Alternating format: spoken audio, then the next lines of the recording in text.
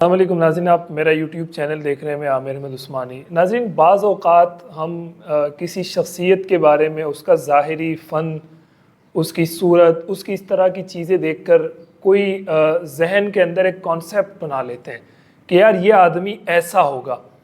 ظاہر ہے عموماً جو لوگ انٹرٹینمنٹ کی دنیا میں ہوتے ہیں، فنکاری کی دنیا میں ہوتے ہیں، اداکار ہوتے ہیں، وہ کوئی ڈرامے، فلمیں، اس طرح کی چیزیں کر رہے ہوتے ہیں، ان لوگوں کے لیے ہمارے ذہنوں میں جو ایک کانسیپٹ بن جاتا ہے وہ بہت کلیئر ہوتا ہے کہ یار یہ لوگ گناہگار ہوں گے، شرابیں پیتے ہوں گے، ان کا اور کوئی کام نہیں ہوگا، اور جناب فحش گوئی، بے حیائی، یہ ساری چیزیں ان کی زندگی کا حصہ ہیں اور انمٹ حصہ ہیں۔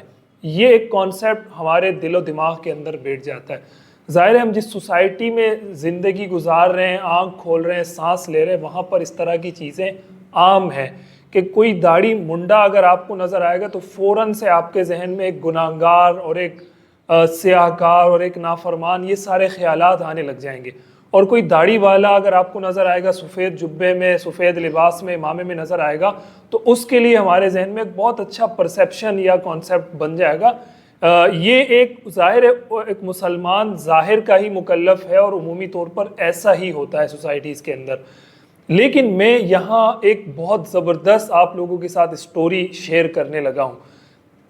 جناب اس ایکٹر کا نام ہے افتخار ٹھاکر۔ ان کو آپ نے بہت دیکھا ہوگا ڈراموں میں، فلموں میں کامیڈی کرتے ہوئے، بہت سارے اسٹیج پر پرفارمنسز کرتے ہوئے۔ عموماً اس طرح کے لوگوں کے لیے ہمارے ذہن میں کیا کانسیپٹ آتا ہے؟ ظاہر ہے میں نے افتخار ٹھاکر کا نام لیا، آپ کے ذہن میں کانسیپٹ آ گیا ہوگا کہ ہاں وہی یہ وہ۔ تو میں ان کی اسٹوری آپ کے ساتھ شیئر کرنے لگا ہوں کہ ذرا ان لوگوں کی خلوت کی زندگی بھی دیکھیں۔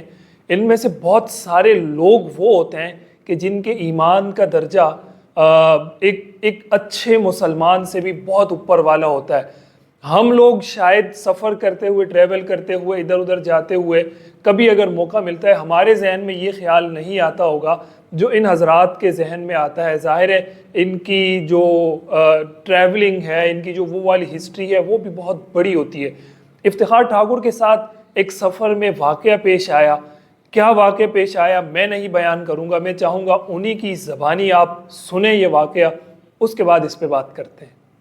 میں نا سر سویڈن سے پیرس جا رہا تھا، 45 منٹ کی ٹوٹل فلائٹ ہوتی ہے، 2 والی سیٹ تھی، اور جہاز بھی ایسا تھا اس کا ہارن کے علاوہ ہر چیز بج رہی تھی، کرسیاں بھی اس کے ہل رہی تھی۔ میرے ساتھ ایک بندہ بیٹھا ہوا تھا، اس نے مجھے پوچھا آر یو مسلم؟ میں کہا الحمدللہ، کہنا آئی ایم کرسچن۔ اس نے ایک سوال کیا، میں نے کہا یار سوری، میں پتہ کیا 45 منٹ میں اتنی لمبی نہیں بات ہو سکتی۔ مجھے کہنے لگا اچھا، میں نے کہا ایک سوال آپ کر لو، ایک میں کر لیتا ہوں۔ مجھے کہنے لگا your turn is first. Okay.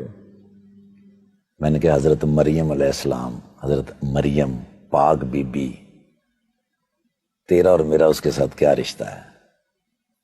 کہنے لگا ہم دونوں اس کے بیٹے ہیں، وہ ہماری ماں ہے۔ میں نے کہا ہم دونوں بھائی ہوئے؟ کہنے لگا یس۔ اور میں نے کہا جو میری اور تیری پاک ماں مریم کے اوپر الزام لگاتا ہے وہ دوست ہے، اور جو تیری اور میری پاک ماں کی پاکیزگی کی قسمیں کھاتا ہے، گواہی دیتا ہے، وہ دشمن ہے۔ دونوں خاموش ہو گئے۔ میں کہا اٹس یور ٹرن ناؤ۔ تو کی بچے ہونا دے کول کہنا میں نے کہا give me your telephone number, I will call you later۔ 3 دن کے بعد میں پاکستان آیا، مجھے اس نے کال کی، اس نے کہا you reach in Pakistan۔ میں کہا الحمدللہ۔ 11 دن کے بعد میں مکہ مکرمہ میں کھڑا، بیت اللہ کے سامنے تو مجھے اس کی کال آ گئی، کہنا mister Iftikhar this is Daniel, where are you؟ میں کہا I'm in front of بیت اللہ، you know بیت اللہ؟ کہنا I don't know۔ میں نے اس کو بتایا کہ بیت اللہ کیا ہے۔ میں نے کہا یہ وہ جگہ ہے جہاں پر ہر وہ دعا قبول ہو جاتی ہے جس کو نیت اور شوق سے مانگا جائے۔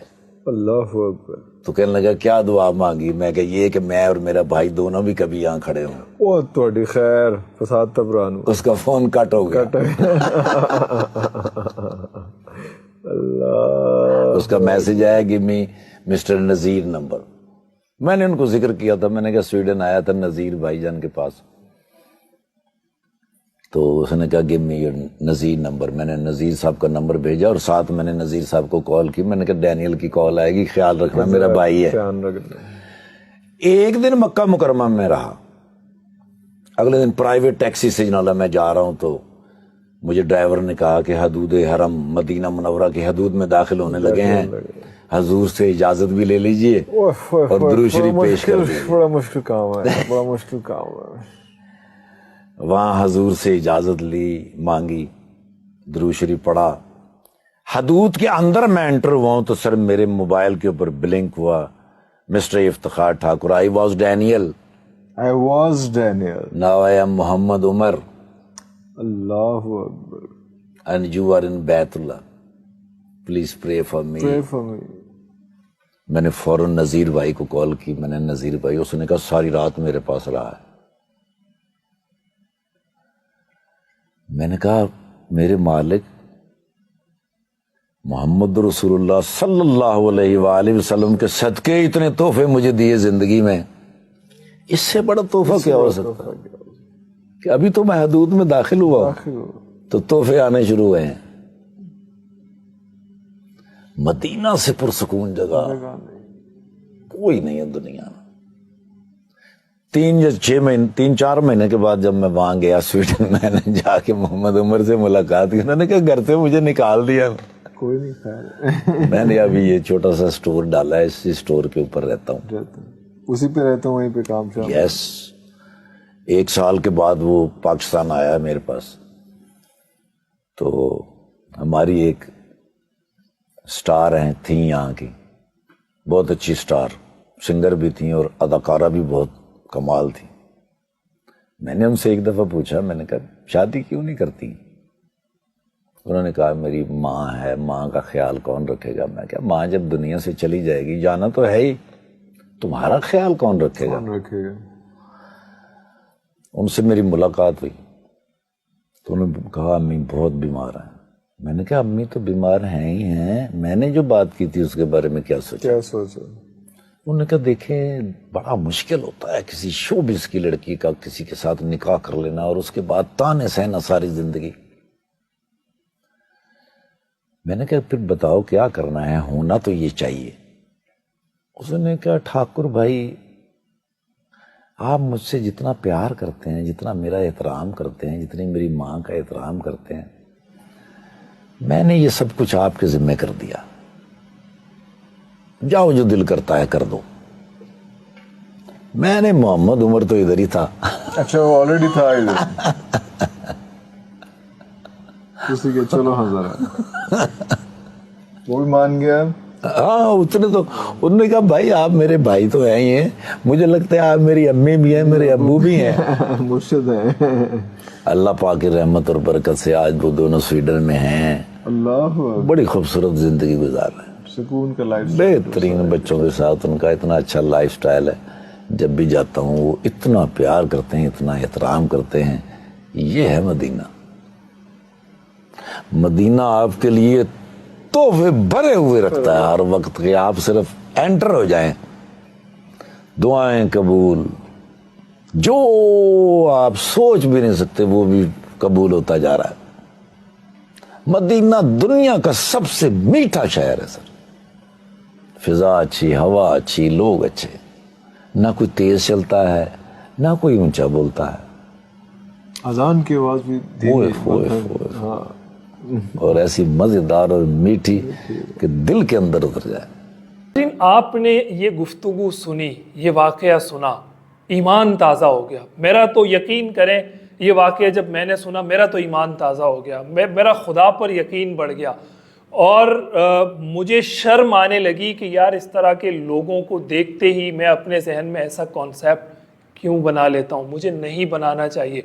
جب تک آپ کسی کے ساتھ بیٹھے نہ, اس کے ساتھ گفت و شنید نہ کریں, گفتگو نہ کریں, آپ اس کو سمجھیں نہ, تب تک اس کے بارے میں کوئی کانسیپٹ قائم مت کیا کیجیے. اس کی وجہ یہ ہے کہ بظاہر آپ کو اس کا حلیہ, اس کا رنگ ڈھنگ, اس کا گیٹ اپ, یہ ساری چیزیں آپ کو ایک نافرمان اور ایک گناہگار اور ایک سیاہکار اس طرح کے ایک انسان کی نظر آئیں گی. لیکن حقیقتاً شاید وہ مجھ سے اور آپ سے بہت اچھا مسلمان ہوگا, بہت اچھا مومن ہوگا. یہ ایک چھوٹا سا پیغام تھا, ایک میسج تھا آپ حضرات کے لیے. اگر آپ کو یہ اچھا لگتا ہے تو اس کو شیئر ضرور کیجئے اور اس ویڈیو کو لائک ضرور کریں. آپ کے ذہن میں کوئی رائے آتی ہے اس کے متعلق کمنٹ میں اپنی رائے ضرور دیجیے, اور اس طرح کی مزید ویڈیوز کے لیے چینل کو بھی سبسکرائب کرتے جائیے. بہت شکریہ.